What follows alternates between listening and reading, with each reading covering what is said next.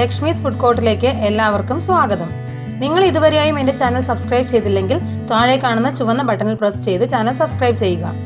ഇവിടെ കാണുന്ന bell icon press ചെയ്യുകയാണെങ്കിൽ ഞാൻ അപ്ലോഡ് ചെയ്യുന്ന എല്ലാ വീഡിയോയും ആദ്യം തന്നെ നിങ്ങളിലേക്ക് എത്തുന്നതായിരിക്കും.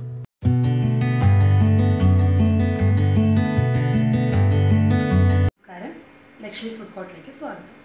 ഞാൻ ലക്ഷ്മി വിമൽ. ഞാൻ ഇന്ന് നിങ്ങളുടെ മുമ്പിൽ കാണിക്കാൻ പോകുന്നത് നീർദോശയാണ്. നീർദോശ എന്ന് പറയുന്നത് കർണാടക, തമിഴ്നാട്ടുകാരുടെയൊക്കെ ട്രഡീഷണൽ ആയിട്ടുള്ള ബ്രേക്ക്ഫാസ്റ്റാണ്. നീർദോശ വെറും പച്ചരി വെള്ളത്തിലിട്ട് 2-3 മണിക്കൂർ കുതിർത്തിയിട്ട് വെള്ളം ചേർത്ത് അരച്ചെടുത്തിട്ട് നല്ലപോലെ ലൂസാക്കിയിട്ട് ചുട്ടെടുക്കുന്ന ദോശയാണ്. അതിൻ്റെ അകത്ത് അവർ നാളികേരം ഒന്നും ചേർക്കാറില്ല. ഞാനിവിടെ എൻ്റെ റെസിപ്പിയിൽ കുറച്ച് നാളികേരം കൂടി ചേർക്കുന്നുണ്ട്. അതിന് കുറച്ച് സ്വാദ് കൂടാനും കുറച്ചുകൂടെ പുതിയതായിട്ട് ആദ്യമായിട്ടൊക്കെ ചെയ്യുന്ന ആൾക്കാർക്ക് കിട്ടാനുള്ള ഒരു എളുപ്പത്തിനൊക്കെ കൂടിയാണ്. വെറും പച്ചരിയിൽ ചിലപ്പോൾ അത്ര പെർഫെക്റ്റായിട്ട് ചിലപ്പോൾ ചെയ്യാൻ കിട്ടിയില്ലെങ്കിലോ എന്നൊക്കെ ഓർത്തിട്ട് ചെയ്യുന്നതാണ്. എന്തായാലും നിങ്ങൾക്ക് ഇഷ്ടമുള്ള തരത്തിൽ നിങ്ങൾ ചെയ്ത് നോക്കുക. ഈ 2 റെസിപ്പിയും പെർഫെക്റ്റായിട്ട് കിട്ടുന്നത് തന്നെയാണ്. അപ്പോൾ നീർദോശ എങ്ങനെ ചെയ്യാൻ നമുക്ക് നോക്കാം. നമുക്കിന്നൊരു നീർദോശ ഉണ്ടാക്കാം. ഞാൻ കർണാടകയിലേക്കാണ് നീർദോശ കഴിച്ചിരിക്കുന്നതും കണ്ടിരിക്കുന്നതും. അവർ വെറും അരി മാത്രം യൂസ് ചെയ്തിട്ടാണ് നീർദോശ ഉണ്ടാക്കുന്നത്. അതായത് പച്ചരി വെള്ളത്തിലിട്ട് കുതിർത്തി വെച്ചിട്ട് അടുത്ത ദിവസം രാവിലെ എഴുന്നേറ്റ് അത് അരച്ചിട്ട് ഉപ്പ് ഇട്ട് വെള്ളം പോലെ ആക്കിയിട്ട് അങ്ങ് ചുട്ടെടുക്കും.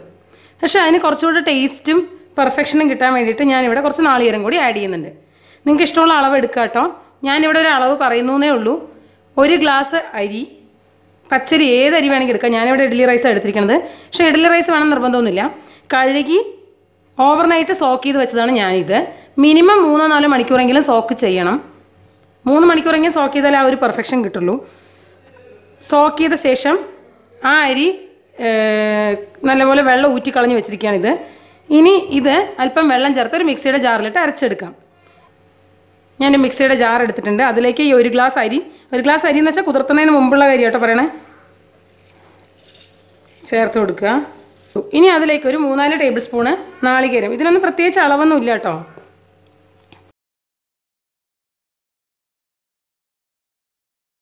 ഒരു 5 ടേബിൾ സ്പൂൺ നാളികേരം ചേർത്തിട്ടുണ്ട്.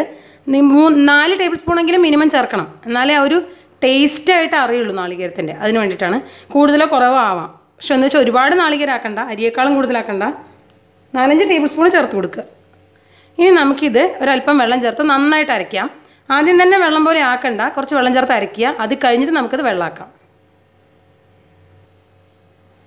നമ്മുടെ മാവ് നല്ല സ്മൂത്തായിട്ട് അരച്ചിട്ട് വന്നിട്ടുണ്ട്. അത് പാത്രത്തിലേക്ക് ചേർത്ത് കൊടുക്കുക.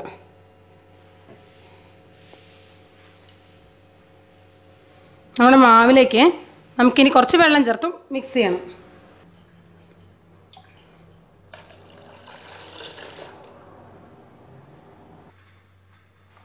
ഇത് കണ്ടോ, നമ്മുടെ ഇതിലേക്ക് ഞാനൊരു 2 ഗ്ലാസ് വെള്ളം ചേർത്ത് കൊടുത്തിട്ടുണ്ട്. 1 ഗ്ലാസ് ഇഡ്ഡലി റൈസാണ് ഞാൻ യൂസ് ചെയ്തിരിക്കുന്നത്. പച്ചരി ആണെങ്കിൽ അതിനനുസരിച്ച് വെള്ളത്തിൻ്റെ അളവ് മാറും.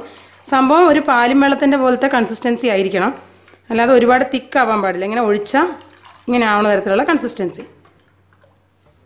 ഞാനിതിലേക്ക് ഇപ്പോൾ 2 ഗ്ലാസ് വെള്ളം ചേർത്ത് കൊടുത്തിട്ടുണ്ട്. അരയ്ക്കാൻ നേരത്തെ ഒരു 1/2 ഗ്ലാസ് വെള്ളം യൂസ് ചെയ്തിട്ടുണ്ടാവും.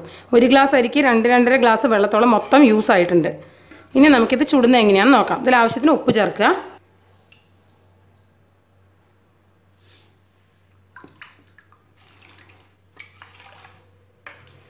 നോർമലി ഇഡ്ഡലി, ദോശ, പാലപ്പൊക്കെ കഴിക്കുന്ന ഏതുതരം ചട്നിയോ ഗ്രേവിയുള്ള കറികളോ എന്തിൻ്റെ കൂടെ വേണമെങ്കിലും നമുക്കിത് കഴിക്കാം. പിന്നെ വേറൊരു കാര്യം എന്താണെന്ന് വെച്ച് കഴിഞ്ഞാൽ നിങ്ങൾ ഓരോ പ്രാവശ്യം മാവ് ഒഴിക്കുന്ന സമയത്തും ഇതുപോലെ നല്ലപോലെ ഇളക്കി കൊടുത്തിട്ട് വേണം ഒഴിക്കാൻ. എനിക്കത് ഒഴിക്കുമ്പോൾ ചിലപ്പോൾ കാണിക്കാൻ പറ്റില്ലായിരിക്കും. അതുകൊണ്ടാണ് പറയുന്നത് ഓരോ പ്രാവശ്യം മാവ് ഒഴിക്കുമ്പോൾ. കാരണം അരിയാണ് അടിയിൽ കലങ്ങി നിന്ന് പോകാനുള്ള ചാൻസ് ഉണ്ട്. നമുക്കിത് ചുട്ടെടുക്കാം. ഞാനിവിടെ ഒരു നോൺ സ്റ്റിക്കിൻ്റെ ഇതുപോലത്തെ പാനാണ് എടുക്കുന്നത്. നമുക്കിതൊന്ന് ചുറ്റിച്ച് കൊടുക്കേണ്ടി വരും ഒഴിച്ച് കഴിഞ്ഞിട്ട്. അതുകൊണ്ട് നിങ്ങൾ ഇങ്ങനത്തെ ഏതെങ്കിലും ഒരു പാൻ എടുക്കുന്നതായിരിക്കും നല്ലത്. സൈഡിൽ ഇങ്ങനെ കവർ ചെയ്ത് നിൽക്കുന്ന തരത്തിൽ നമ്മൾ ചുറ്റിക്കുമ്പോൾ മാവ് പുറത്ത് പോകാതിരിക്കാൻ. ദോശപ്പാനൊക്കെ പരന്നിരിക്കുന്നതിൻ്റെ അകത്തുനിന്ന് പുറത്തേക്ക് പോകുന്ന തരത്തിലുള്ള ദോശപ്പാനാണെങ്കിൽ പാടില്ല. അപ്പം ഞാനിത് നല്ലപോലെ ചൂടാക്കാൻ വെച്ചിട്ടുണ്ട്. കാരണം ഇത് ഹൈ ഫ്ലെയിമിൽ നല്ലപോലെ ചൂടായ ശേഷം ഇതിലേക്ക് ഒഴിച്ചു കൊടുക്കാൻ പാടുള്ളൂ. നമ്മുടെ പാൻ നല്ല ചൂടായിട്ടുണ്ട്. ചിലപ്പോൾ ആദ്യത്തെ 1-2 എണ്ണമൊക്കെ ചിലപ്പോൾ കേട് വരും. അതൊന്നും വിചാരിച്ച് നിങ്ങൾ ടെൻഷൻ അടിക്കണ്ട. കാരണം ആ പാനിലൊന്ന് ചുട്ട് മയങ്ങി കിട്ടണ വരെ ചിലപ്പോൾ ബുദ്ധിമുട്ടുണ്ടാവുമായിരിക്കും. എന്താണെങ്കിലും നല്ലപോലെ ചേർത്ത് ഇളക്കിയിട്ട് ഒരു തവി മാവ് ഒഴിച്ചു കൊടുക്കുക.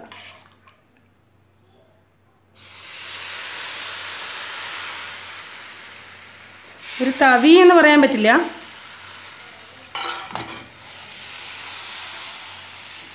ഇതൊന്നിങ്ങനെ ചുറ്റിച്ചു കൊടുക്കുക. നിങ്ങൾ ഹൈ ഫ്ലെയിമിൽ ഒഴിച്ചാലേ ഇതുപോലെ ഹോൾസൊക്കെ വരുള്ളൂ, അതുകൊണ്ടാണ് അങ്ങനെ ഒഴിക്കാൻ പറയണത്. എന്നിട്ടൊന്ന് അടച്ച് വയ്ക്കുക. ഇത് വേവാൻ വയ്ക്കുമ്പോഴും ഹൈ ഫ്ലെയിമിൽ തന്നെ വെക്കണം. ഈ ദോശ 1 മിനിറ്റ് നേരം നല്ലപോലെ വെന്തിട്ടുണ്ട്. നിങ്ങൾക്ക് വേണമെങ്കിൽ ഇതിൽ എണ്ണയോ നെയ്യോ ചേർത്ത് കൊടുക്കാം. ഞാനതൊന്നും ചെയ്യുന്നില്ല. ഇത് കൈ കൊണ്ട് ഇങ്ങനെ എടുത്തിടാൻ ബുദ്ധിമുട്ടായിരിക്കും. നമ്മൾ എന്ത് ചെയ്യുക വെച്ചാൽ ഇങ്ങനെ വിട്ടു കൊടുത്തിട്ട് ജസ്റ്റ് ഇങ്ങനെ ഫോൾഡ് ചെയ്യുക. അത് കഴിഞ്ഞിട്ട് ഇങ്ങനെ ഫോൾഡ് ചെയ്യുക.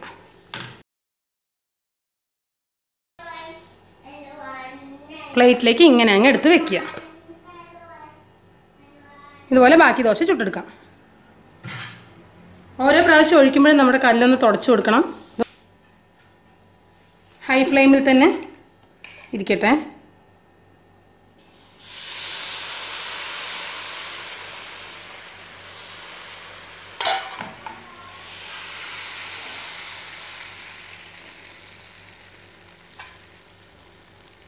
ഇതുപോലെ ഒന്ന് ചുറ്റിച്ചു കൊടുക്കുക.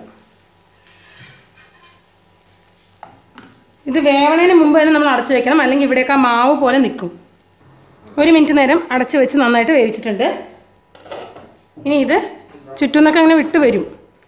ജസ്റ്റ് ഇങ്ങനെ ആക്കി ഇങ്ങനെ ഫോൾഡ് ചെയ്യുക. അതുപോലെ തന്നെ നമ്മൾ ആ പ്ലേറ്റിലേക്ക് വെക്കുക.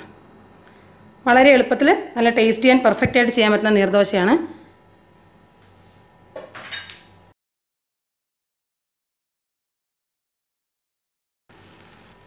ഇത് അടച്ച് വെക്കാതെ കുക്ക് ചെയ്താൽ ഈ മാവ് കണ്ടോ ഇതുപോലെ അങ്ങ് നിൽക്കും. അതിനാണിത് അടച്ച് വെച്ചിട്ട് കുക്ക് ചെയ്യണമെന്ന് പറയണത്. നമ്മുടെ നീർദോശ തയ്യാറായിട്ടുണ്ട്. എല്ലാവരും ട്രൈ ചെയ്ത് നോക്കുക. താങ്ക്